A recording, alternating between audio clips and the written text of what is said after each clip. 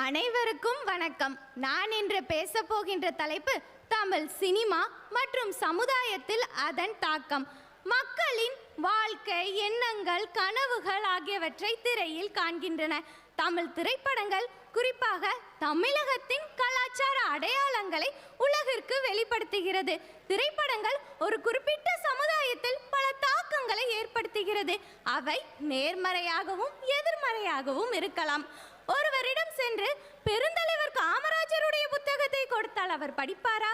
படிக்க மாட்டார்.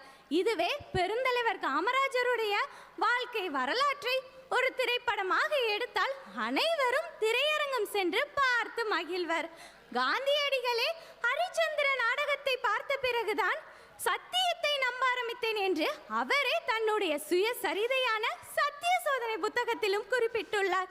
இவ்வாறான தலைவர்கள் மற்றும் அவர்கள் செய்த நல்லதை நாம் திரைப்படம் பார்த்துதான் தெரிந்து கொண்டோம். இப்பொழுதெல்லாம் நாட்டிற்கு நல்லது செய்ய வேண்டும் என்றால் அரசியலுக்கு வர வேண்டும். அரசியலுக்கு வரதற்கு முன் மக்களுக்கு தங்களை அறிமுகம் செய்து கொள்ள வேண்டும். அதற்கு சினிமா தான் ஒரே வழி. சினிமா மூலம் பல நல்ல தலைவர்கள் உருவாகி அவர்கள் ஆட்சிக்கு வந்து பல நல்ல விஷயங்களையும் செய்துள்ளனர். சினிமா சமுதாயத்தின் பிரச்சனைகளை பற்றியும் பேசுகிறது. நாமெல்லாம் கடவுளை பார்த்ததில்லை, ஆனால் கடவுள் இவ்வாறு தான் இருப்பார் என்று கர்ணன், திருவிளையாடல் போன்ற திரைப்படங்களை பார்த்து நாம் தெரிந்து கொண்டோம்.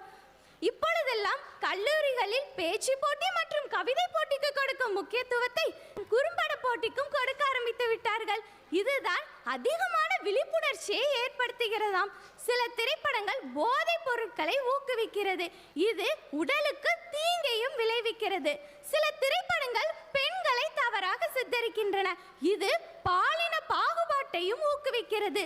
சினிமா புதிய சிந்தனைகளை விதைக்கவும் செய்யும், கல்வி புகட்டும், விழிப்புணர்வு ஊட்டும், சமூக மாற்றத்திற்கு ஒரு தூண்டுகோலாகும்.